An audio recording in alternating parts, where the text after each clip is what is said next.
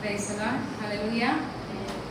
దేవుని నామానికి మహిమ కలుగును గాక. దైవ సన్నిధిలో ఆసక్తితో సమకూడి ఉన్న మీ అందరికీ యేసయ్య నామంలో శుభవందనాలు తెలియజేస్తున్నాను. దేవుడు మనకు అనుగ్రహించిన మరొక అవకాశాన్ని బట్టి ఆయన కుటుంబంలో సభ్యులుగా, ఆయన బిడ్డలుగా, ఆయన పాదాల చింత కూర్చొని నేర్చుకుంటూ ప్రభు ఇచ్చిన భాగ్యాన్ని బట్టి దేవునికి మహిమ కలుగును గాక. హల్లెలూయా, హల్లెలూయా. దేవుని సన్నిధిలో సంతోషంగా ఉన్నారు అందరూ. ఉత్సాహంతో ప్రభు స్తుతిద్దామా? హల్లెలూయా. మంచిది. మనము తెస్సలోనిక పత్రిక 1 నుండి 3 అధ్యాయాలు ధ్యానం చేసుకుని ఉన్నాం. ఇప్పటి వరకు మనము ఆ సంఘం యొక్క గొప్ప సమర్పణను, శ్రమల్లో దేవుని కొరకు వారు కొనసాగుతున్న విధానాన్ని, పౌలు ఎలా మెచ్చుకున్నాడో అవన్నీ చూస్తూ ఉన్నాం. మరి 4-5 అధ్యాయాల్లో మనకి చాలా ప్రాముఖ్యమైన ఎన్నో విషయాలు అపోస్తలుడైన పౌలు రాయడం జరిగింది. తెస్సలోనిక సంఘానికి రాసినప్పటికీ నేటి మన వ్యక్తిగత క్రైస్తవ జీవితాలకు ఉపయోగపడే ఆశీర్వాదకరంగా ఉండే అద్భుతమైన వాక్య సందేశాలు ఈ 4-5 అధ్యాయాలు ఉండడం మనం చూస్తున్నాము. అయితే మనం చూసాము గత వారం కూడా దేవుడు అంటే ఆ సంఘాన్ని అభినందిస్తూ శ్రమల్లో కూడా మీరు వాళ్ళు కోల్పోలేదు, రక్షణ కోల్పోలేదు. ఆ శ్రమల్లో వారు శ్రమలు సంభవించగానే మాడిపోయేటట్లుగా వారు రాతి నేలలో పడిన విత్తనాలుగా లేరు, కానీ మంచి నేలలో పడిన విత్తనాలే 30ంతలుగా 60ంతలుగా 100ంతలుగా ఫలించి ప్రభు కొరకు నిలబడిన సంఘం అని మనం నేర్చుకున్నాం. అయితే చివరిలో కొన్ని హెచ్చరికలు ఈ సంఘానికి ఇస్తూ నేడు మనకు ఉపయోగపడే ప్రాముఖ్యమైన విషయాలు ఇక్కడ రాయడం జరిగింది. ఇక్కడ చెప్తున్నాడు కదా 4వ అధ్యాయంలో, మెట్టుకు సహోదరులారా, మేము ప్రభువైన యేసు ద్వారా మీకు ఇచ్చిన ఆజ్ఞను మీరు ఎరుగుదురు. వాళ్ళ సొంత ఆజ్ఞ కాదు, ఏం చెప్పండి? ప్రభువైన యేసు ద్వారా మీకు ఇచ్చిన ఆజ్ఞను మీరు ఎరుగుదురు కాగా మీరు ఎలాగూ నడుచుకొని దేవుని సంతోషపరచవలనో మా వల్ల నేర్చుకునే ప్రకారంగా మీరు నడుచుకునిచున్నారు. ఈ విషయంలో మీరు అంతకంతకు అభివృద్ధి పొందవలనని మిమ్మల్ని వేడుకొని ప్రభువైన యేసునందు హెచ్చరించుచున్నాను. దేవునికి స్తోత్రం. హల్లెలూయా. వారి యొక్క విశ్వాసాన్ని అభినందిస్తూ, వారి గొప్పతనాన్ని అభినందిస్తూ, ఎంత నమ్మకమైన విశ్వాసులుగా, నమ్మకమైన వారిగా ఉన్నప్పటికీ ఎవరో కొందరు ఉంటారు హెచ్చరికలు అవసరమైన వారు. కాబట్టి ఆ సంఘంలో కొంతమందికి హెచ్చరిక అవసరమై ఉండి కొన్ని హెచ్చరికలు ఇచ్చే ముందు వారిని అభినందిస్తున్నాడు. ఎవరు వాక్యానుసారంగా దేవుని ఆజ్ఞకి లోబడి దేవుని పోలి, అలాగే సేవకులను పోలి ఆ సంఘంలో పౌలు పోలి నడుచుకుంటారు, వారిని అభినందిస్తూ కొన్ని హెచ్చరికలు ఇవ్వడం మనం చూస్తున్నాం. అయితే ఈ మనం చదువుకున్న 4వ అధ్యాయం 1 నుండి 8 వచనాల్లో ప్రాముఖ్యంగా పౌలు మనకు తెలియపరుస్తున్న ఒక ప్రాముఖ్యమైన విషయం ఏంటంటే, live A Holi life that pleases to God. అంటే దేవుని సంతోషపెట్టు పరిశుద్ధమైన జీవితాన్ని మనము జీవించాలి. ఏం చెప్పండి? దేవునిని సంతోషపెట్టే పరిశుద్ధమైన జీవితాన్ని మనము జీవించాలని పౌలు మనకి హెచ్చరిక ఇస్తున్నాడు. కాబట్టి దేవుని వెంబడిస్తున్న మనము, దేవుని అంగీకరించిన మనము, దేవుని సంతోషపెట్టే గొప్ప విషయం ఏంటంటే, మనము నిజంగా మన హృదయము దేనితో నిండి ఉంటుందో అదే మన యొక్క యజమానులు అవుతారు కదా. మనము దేనితో నింపబడతామో అదే మన మీద పెత్తనం చేస్తుంది. కాబట్టి మన జీవితంలో మన హృదయం అంతా దేవునితో నింపబడినప్పుడు, దేవుడు మన పట్ల చేసిన త్యాగానితో నింపబడినప్పుడు, మనల్ని పాపం నుండి మనల్ని విడిపించిన విధానాన్ని జ్ఞాపకం చేసుకొని, మన దేవుడు పరిశుద్ధుడు కనుక నేను కూడా పరిశుద్ధురాలుగా జీవించాలి అనే ప్రయాసపడడంలో ఎవరు సంతోషిస్తారు చెప్పండి? దేవుడు సంతోషిస్తాడు. కాబట్టి ఇక్కడ ఏం చెప్తున్నాడంటే, దేవుని సంతోషపెట్టినట్లుగా మనం ఏం నడుచుకోవాలి? పరిశుద్ధమైన జీవితాన్ని నడుచుకోవాలి. ఎందుకు? మన దేవుడు పరిశుద్ధుడు కాబట్టి ఆయన పోలి మనం నడుచుకున్నప్పుడు మనల్ని బట్టి ఆయనకి సంతోషం కలుగుతుంది. కానీ మనం ఆయన బిడ్డలమని చెప్పుకుంటూ ఆయనకి అవమానకరం తెచ్చే పాపంలో మనం జీవిస్తే అది ఎంతో బాధను, నొప్పిని ఆయనకి కలిగిస్తుంది. కాబట్టి ఆయనకి తగినట్లుగా, మన దేవునికి తగినట్లుగా మన జీవితాలను మలుచుకోవడం అనేది చాలా ప్రాముఖ్యమైన విషయాన్ని పౌలు ఇక్కడ హెచ్చరిక చేస్తున్నాడు అనమాట. మనం చూస్తున్నాము 3 నుండి 6 వచనాలు మనం చదువుకుంటే ఏమంటున్నాడంటే, మీరు పరిశుద్ధులు అవుతాయే అనగా మీరు జారత్వములకు దూరంగా ఉండటయే దేవుని చిత్తము. ఏంటంటే దేవుని చిత్తం ఏంటి? మనం పరిశుద్ధులుగా జీవించడం దేవుని చిత్తం. చాలాసార్లు మనం అనుకుంటాం, దేవుని చిత్తం ఏంటి నా జీవితంలో, దేవుని చిత్తం ఏంటి నా జీవితంలో. మన చిత్తం అంటే ఏదేదో అనుకుంటూ ఉంటాం. దేవుని చిత్తం మన పట్ల ఏంటంటే మనం పరిశుద్ధంగా జీవించడం. మిగతాదంతా మన పట్ల ఏం చేయాలో ఆయన చేస్తాడు. మనం చూడాల్సిందంతా ఏంటి? పరిశుద్ధంగా మనం జీవించడమే దేవుని చిత్తము. జారత్వం అంటే లోక సంబంధమైన ప్రతి పాపమునకు దూరంగా ఉండి పరిశుద్ధంగా మనం పరిశుద్ధంగా జీవించడమే దేవుని చిత్తం. ఇక చెప్పాలంటే మన మత్తయి సువార్త 6వ అధ్యాయంలోకి వెళ్ళాలి. చివరి ఏమనుంటది, నా నీతిని నా రాజ్యాన్ని మీరు వెతకండి, మీకేం కావాలో. కాబట్టి మన పట్ల దేవుని చిత్తం ఏంటో ఆయన చేస్తాడు. కానీ మనము తెలుసుకోవాల్సిన విషయం ఏంటంటే దేవునికి మన పట్ల పరిశుద్ధమైన మన జీవితం మనం జీవించడమే ఆయన చిత్తం అని మనం తెలుసుకోవాలి. దేవునికి మన పట్ల చిత్తం ఏంటి చెప్పండి? పరిశుద్ధమైన జీవితము జీవించడం అనేది మనం తెలుసుకోవాలి. కాబట్టి విశ్వాసులు మరి ఇక్కడ మనం 3 నుండి 6 వచనాల్లో పరిశుద్ధత మరియు లైంగిక అపవిత్రతల గురించి మాట్లాడుతున్నాడు అనమాట.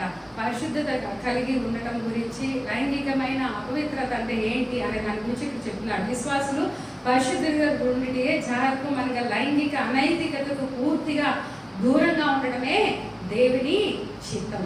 కాబట్టి ఈ విషయాన్ని పౌలు నొక్కి ఒక్కానించి ఈ సంఘానికి చెప్తున్నాడు కదా. ఏమంటున్నాడు? మీరు పరిశుద్ధులవుతే అనగా మీరు జాగ్రత్తకు దూరంగా ఉంటే దేవుని చిత్తము.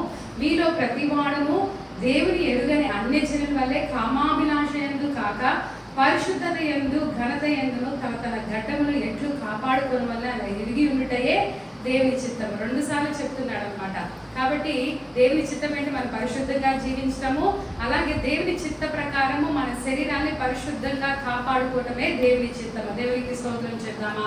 హల్లెలూయా. కాబట్టి ఈ విషయంలో మనం విఫలమైతే మన పరలోకపు తండ్రికి పిల్లలు అని చెప్పుకోవడము అవమానకరము, సిగ్గుచేటు. కాబట్టి మన పరలోకపు తండ్రికి పరిశుద్ధుని కాబట్టి మనం కూడా పరిశుద్ధత కలిగి ఆయన పోలి నడుచుకున్నప్పుడే ఆయనకు మనం ఘనతను, కీర్తిని తెచ్చిన వారం అవుతాం అన్న సంగతిని మనం గుర్తుపెట్టుకోవాలి. కాబట్టి జారత్వముల గురించి లేకపోతే వ్యభిచారముల గురించి బైబిల్లో ఎన్నో మాటలు నూతన నిబంధనలో ఉన్నాయి. ప్రాముఖ్యంగా మనము యేసయ్య కొండ మీద ప్రసంగంలో 5వ అధ్యాయం 28వ వచనంలో ఏముందో చదువుదాం ఒకసారి. మత్తయి సువార్త 5వ అధ్యాయము 28వ వచనం ఒకసారి చదువుకుందాం. 5:28 ఇక్కడ మనం చూసినట్లయితే ఏం చెప్తున్నాడంటే, నేను మీతో చెప్పినది ఏమనగా ఒక స్త్రీని మోహబుద్ధితో చూచు ప్రతివాడును అప్పుడే తన హృదయంలో ఆమెతో వ్యభిచారం చేసిన వాడను.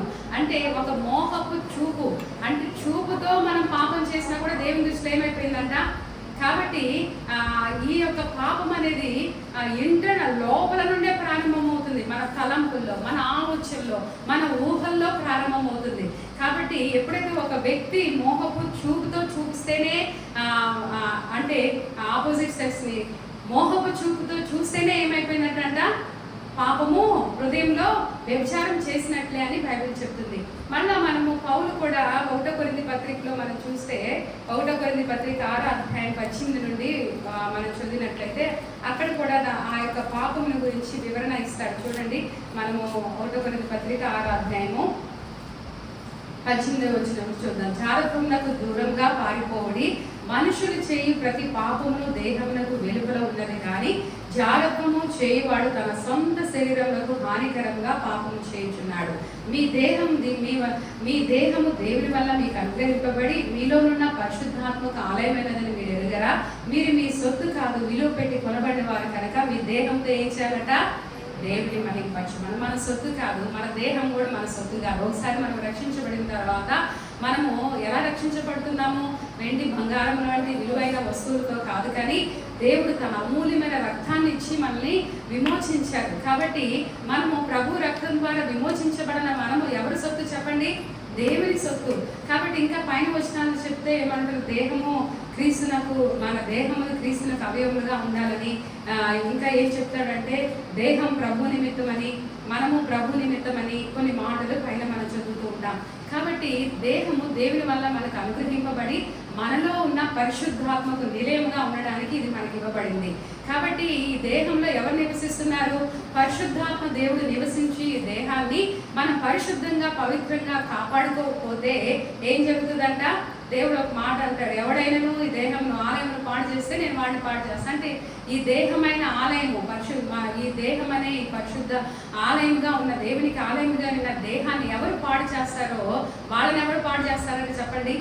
దేవుడు పాడు చేస్తారండి. ఈ మాట ఎంత బాధాకరమైన విషయం. కాబట్టి మన జీవితంలో దేవుడు మనకి ఇచ్చిన శరీరం యొక్క విలువ, ఆ శరీరంతో దేవుని మహిమపరచాల్సిన బాధ్యత మనకి ఎంత ఉందో మనం గ్రహించాలన్నమాట. కాబట్టి ఇంకా అలాగా అని చెప్పేసి లైంగిక వాంఛ అనేది తప్ప అంటే దేవుడు చెప్తున్నాడు కదా ఎబ్రీ పత్రికలో 13:4 వివాహం అన్నిటికంటే పవిత్రమైనది, కానీ ఎలా ఉండాలంట, పాన్పు కల్మషమైనదిగా ఉండాలంట. అంటే దేవుడు ఈ లైంగిక వాంఛల్ని లేకపోతే కోరికలని విధిన్న అంటే వివాహ వ్యవస్థలో ఆశీర్వాదకరంగా ఉండడానికి పెట్టాడు, కానీ మరొక ఉద్దేశము కానే కాదు. కాబట్టి మనం చూసి ఇక్కడ ఒక మాట అన్నాడు కదా, మనము కొరింథీ పత్రికలో చదువుకున్నాం కదా, మనం చేసే కొరింథీ పత్రికలో 6:18 జాగ్రత్త దూరంగా మనుషులు చేయి ప్రతి పాపము దేహంలో వెలుపలదు, కానీ జాగ్రత్తం చేయవాడు సొంత శరీరానికి హాని చేసుకుంటున్నాడు అంటున్నాడు. అంటే దేహంలో వెలుపల చేస్తే మనము ఎవరైనా మోసం చేస్తే, లేకపోతే ఎవరైనా దొంగతనం చేస్తే, లేకపోతే అబద్ధం ఆడితే మన సత్సంబంధాలు లేకపోతే బాంధవ్యాలు తెగిపోతాయి. అంతేకాని జారత్వం అనేది శరీరంతో చేసే పాపం అనేది తన సొంత శరీరానికి వ్యతిరేకంగా చేస్తున్నాడు, కాబట్టి అది చాలా భయంకరమైనది అని చెప్పేసి పౌలు చెప్తున్నాడు అనమాట. అబద్ధం, మోసం, దొంగతనము ఇవన్నీ కూడా బాంధవ్యాలు దెబ్బతాయి కానీ దెబ్బతీస్తాయి, కానీ వ్యభిచారము, జారత్వము వ్యక్తి యొక్క సొంత దేహాన్ని ఏం చేస్తాయి చెప్పండి, పాడు చేస్తాయి. ఇది పాపం వల్ల ప్రజలు ఏమవుతారంటే గాఢమైన లోతైన శారీరక బంధాలు ఏర్పాటు చేసుకొని దేవుని ఆలయమైన దేహాన్ని ఏం చేస్తున్నారు చెప్పండి, పాడు చేస్తున్నారు. దేవుడిచ్చిన దేహాన్ని దుర్వినియోగం చేసుకుంటున్నారు. కాబట్టి ఈ దేవుడిచ్చిన ఈ దేహాన్ని మనం దుర్వినియోగం చేసుకుంటే, పాడు చేసుకుంటే దానివల్ల ఎంతో నష్టం కలుగుతుంది. ఈ పరిశుద్ధాత్మ దేవుడు ఈ శరీరంలో ఎంత మాత్రం కూడా ఉండడు ఇలాంటి కార్యాలు జరిగినప్పుడు. కాబట్టి మనము దేవుడిచ్చిన దేహంతో నీవు దేవుణ్ణి ఎక్కువగా ప్రేమిస్తావో అదే మనకి ఏమైందో చెప్పండి, యజమానులు అవుతుంది. ఏది నీకు తృప్తి కలిగిస్తుందో అదే నీకు నీ జీవితంలో యజమానులుగా ఉంటారు. కాబట్టి మనం దేన్ని ఎక్కువగా ప్రేమిస్తున్నాం, దేవుణ్ణి ఎక్కువగా ప్రేమిస్తే దేవుడే మన జీవితానికి యజమానుడిగా, మన తలంపులు, మన ఆలోచనలు, మన ఊహలు, మన ఆశ, మన ధ్యాస, మన కోరిక ఎప్పుడు ప్రభువుని సంతృప్తి పరచాలి, సంతోష పెట్టాలన్న ఆలోచన మనకు ఉంటే దేవుడే మన జీవితానికి యజమానుగా ఉండి నడిపిస్తాడు. అంతకు మించి వేరే ఆలోచనలు, లేకపోతే వేరే దాని మీద నీ దృష్టి, వేరే దాని మీద నీ ప్రేమ, లేకపోతే వేరే దాని మీద నీకు ఆశ ఉందంటే నీవు ఏమైపోతున్నా, దిగజారిపోతున్నా. చాలా సందర్భాల్లో ఫోన్లు ఎక్కువగా ప్రేమించిన, లేకపోతే ఫోన్లో కొంతమంది చూడకూడనే చూస్తూ ఉంటారు. ఈ దినాల్లో చేతిలోకే పాపం తీసుకొని వచ్చాడు అపవాది. కాబట్టి అశ్లీలమైన చిత్రాలు చూడటం, కొంతమంది అసభ్యకరమైనవి చూడటం, సినిమాలు చూడటం, సీరియల్ చూడటం, లేకపోతే కొంతమంది అయితే గేమ్స్, భయంకరమైన గేమ్స్ ఉన్నాయి. ప్రజల్ని మెంటల్గా చేసి వారు చిన్నపిల్లలతో సైతం వారందరూ వారు హతమార్చుకునే భయంకరమైన గేమ్స్, పబ్జీలని, ఫ్రీ ఫైర్లని కదా, ఇలాంటివి ఎంత చిన్నపిల్లలను సహితం వశం చేసుకోవడానికి రకరకాల ఆకర్షణలు ఈ లోకంలో ఉండడం చూస్తున్నాం. మనం దేని మీద ఎక్కువ ధ్యాస ఉంటుందో, ఎక్కువ ప్రేమ ఉంటుందో అది మన మీద పెత్తనం చేసి ఏం చేస్తుంది చెప్పండి, వినాశనం చేస్తుంది. మన జీవితం మీద, మన శరీరం మీద దేవుడే అధికారిగా, యజమానిగా ఉండాలి, కానీ మరి దేనికి మనం అవకాశము ఇవ్వకూడదు. కాబట్టి బైబిల్లో వేసే ఒకసారి చెప్తారు కదా, ఎవరు కూడా ఇద్దరు యజమానులకు దాసులేవరు, ఒకరిని ప్రేమిస్తారు, ఒకరు ద్వేషిస్తారు. మన యొక్క యజమానుడు ఒక్కడై ఉంటారు. ఎవరైనా చెప్పండి, ప్రభువైన యేసుక్రీస్తు. మిగతా దేని మీదైనా దేవుని కంటే నువ్వు దేన్ని ఎక్కువగా ప్రేమించినా అది నీ జీవితంలో నీకు ఉరిగా మారిద్దని ఇర్మియా గ్రంథంలో మనం చదువుతున్నాం. కాబట్టి దేవుని కన్నా మనం దేన్ని ఎక్కువగా ప్రేమించినా అది మన చేతిలో ఉరేయిద్దంట. ఆలోచన చేయండి. అది ఏదైనా సరే first priority should be God. దేవుడే మన ప్రథమ స్థానమై ఉండాలి. ఆయన సంతోష పెట్టాలి, ఆయన కనపరచాలి. మీరు నిజంగా దేవుని ప్రేమిస్తే ఆయన వల్లే పరిశుద్ధంగా ఉండటానికి ఏం చేస్తారు చెప్పండి, ప్రయాసపడతారు. మనం దేవుని నిజంగా ప్రేమిస్తే మనం ప్రయాసపడతాం. No one is perfect. ఎవరు పరిపూర్ణులు కాదు. మనం పరిపూర్ణత వైపు దేవుని ప్రేమిస్తే పరిపూర్ణత వైపు మనం తిరుగుతాం, పరిపూర్ణత మనం నడుచుకోవడం ప్రయత్నం చేస్తాం. రోమపత్రికలో 6వ అధ్యాయంలో ఒక మాట ఉంటుందండి. 6వ అధ్యాయంలో చాలా విషయాలు చెప్పుకుంటూ వచ్చి అపోస్తలుడైన పౌలు మనం చూసి 22వ వచనంలో అనుకుంటాను, 22వ వచనం, ఆయనను ఇప్పుడు పాపం నుండి విమోచించబడి దేవునికి దాసులైనందున పరిశుద్ధత కలుగుటయే మీకు ఫలము, దాని అంతము నిత్య జీవం. మన ఫలం ఏమై ఉండాలి? ప్రభు నమ్మిన తర్వాత పరిశుద్ధత కలిగి ఉండడమే మన ఫలమై ఉండాలి. ఎవరైతే పరిశుద్ధత కలిగి ఉంటారో, పరిశుద్ధత అనే ఫలము కలిగి ఉంటారో వారి అంతం ఏంటంటే చెప్పండి, నిత్య జీవము. కాబట్టి ఎవరు పరిశుద్ధత లేకుండా జీవిస్తారో వారి అంతం ఏంటి చెప్పండి, నిత్య నరకం. అర్థమవుతుందా? పరిశుద్ధత కలిగి ఉండటకే మనం పిలువబడ్డాము అనే సత్యాన్ని మనము నమ్మవలసిన వారమై ఉన్నాం. కాబట్టి మనం చూసాం కదా, అపోస్తలుడైన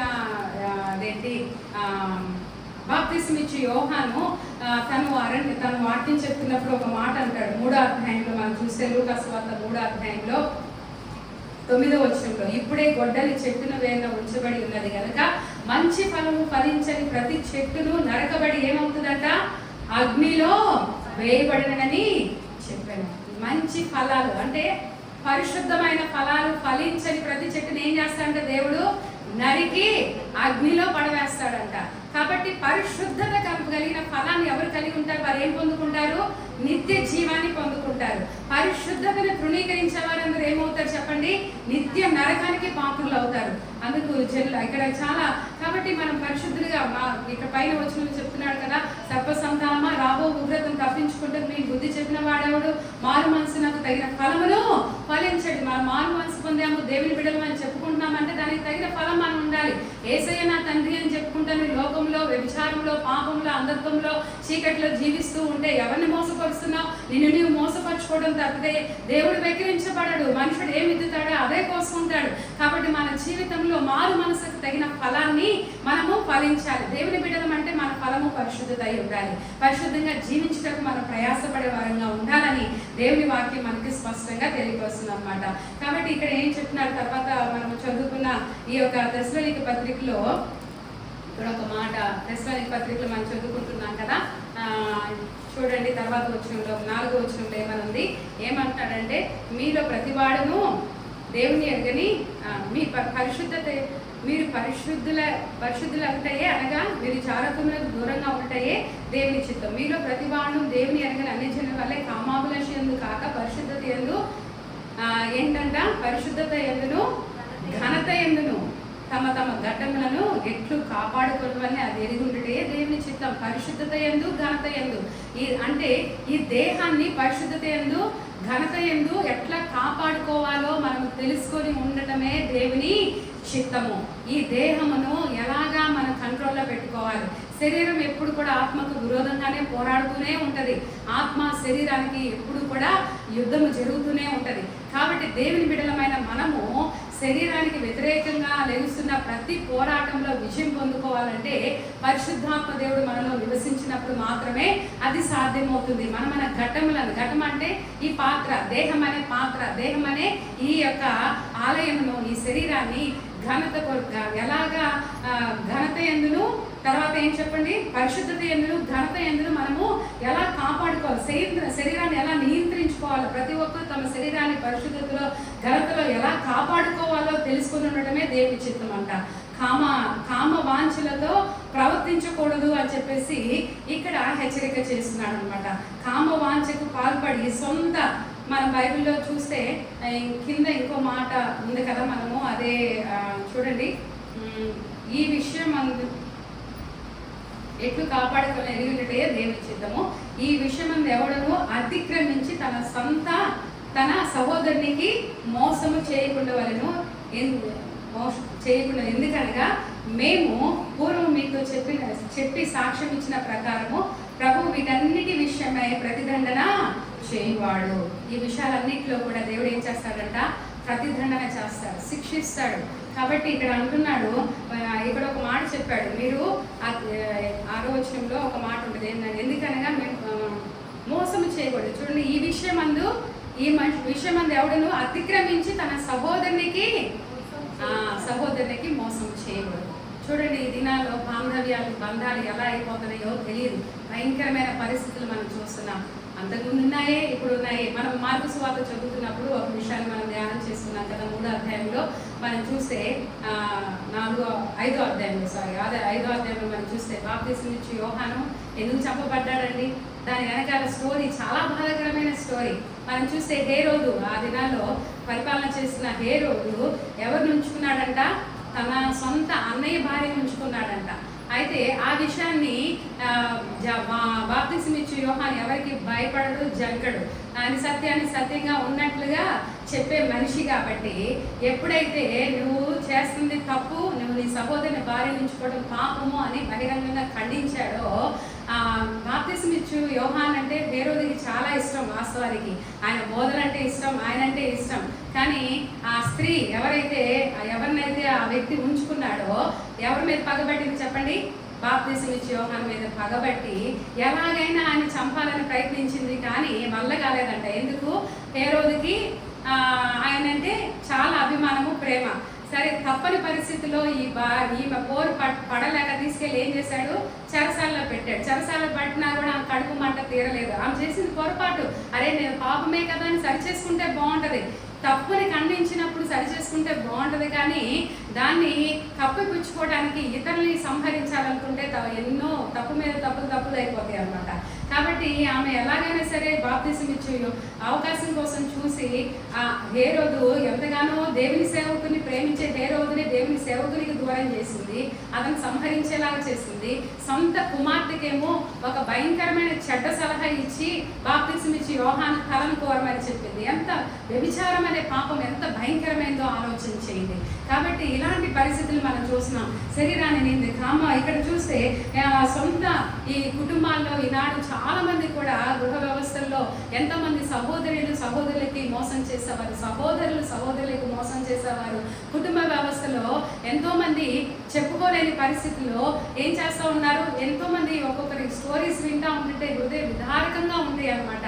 ఎవరికి చెప్పుకోలేరు. కుటుంబాన్ని అంటే సొంత ఇంటి వారే అవమాన పాలు చేయటము, ఇలాంటి భయంకరమైన స్థితులు చూస్తున్నాం. బైబిల్ స్పష్టంగా చెప్తుంది కదా, దేవుడు ఇచ్చిన ఆజ్ఞల్లో చివరి ఆజ్ఞ అంటే నీ పొరుగువాని దగ్గర ఏది ఆశించొద్దు. నిర్మకాండంలో ఏమంటుంది అంటే నీ పొరుగువాని భార్యను ఆశించొద్దు అని ఉంటుంది.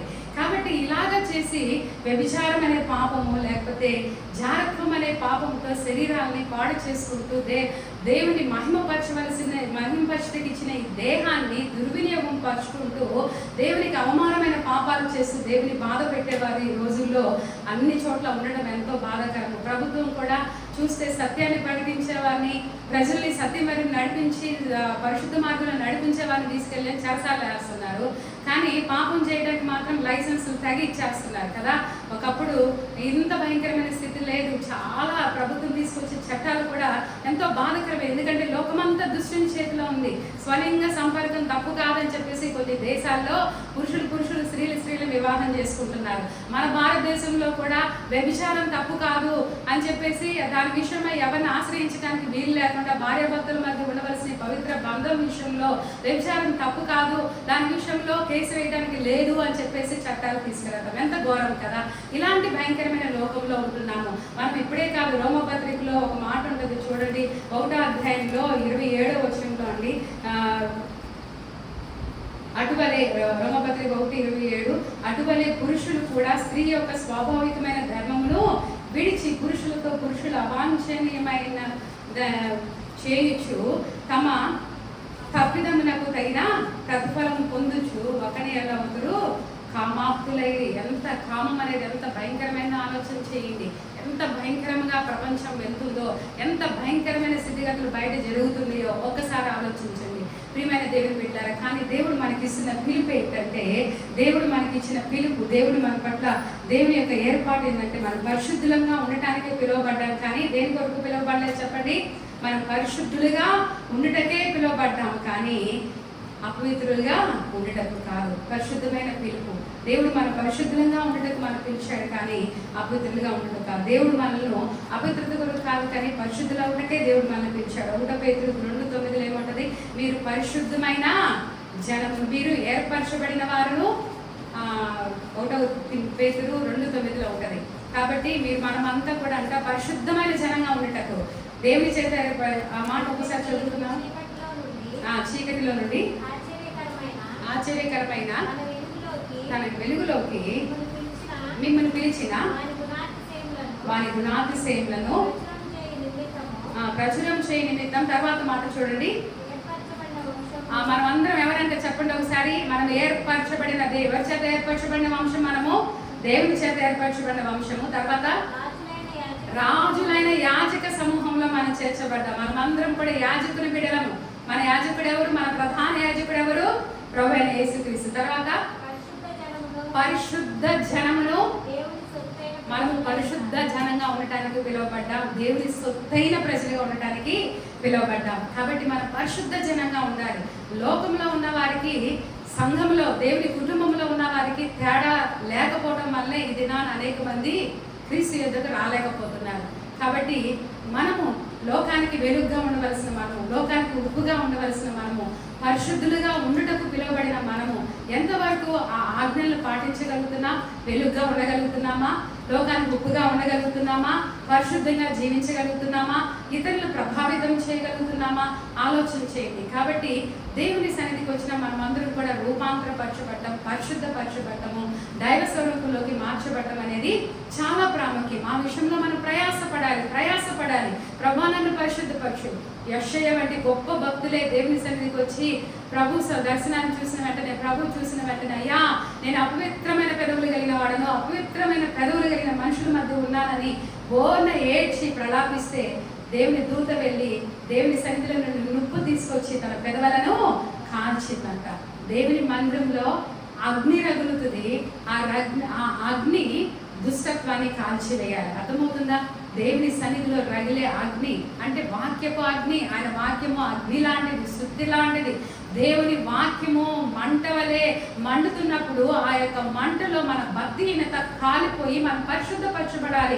నశించిపోతున్న సువర్ణం అగ్ని పరిశుద్ధ చేత శుద్ధిపరచబడుతున్నట్లుగా దేవుని సన్నిధిలో మనం శుద్ధిపరచబడుతూ రూపాంతరపరచబడుతూ దైవ స్వరూపంలోకి మార్చబడకపోతే ఎంతకాలంగా దేవుని సన్నిధికి వచ్చిన ప్రయోజనం లేదనే సత్యాన్ని మనం గ్రహించాలండి. కాబట్టి దేవుని ఇక్కడ ఒక లాస్ట్ లో ఒక మాట చెప్తున్నాడు.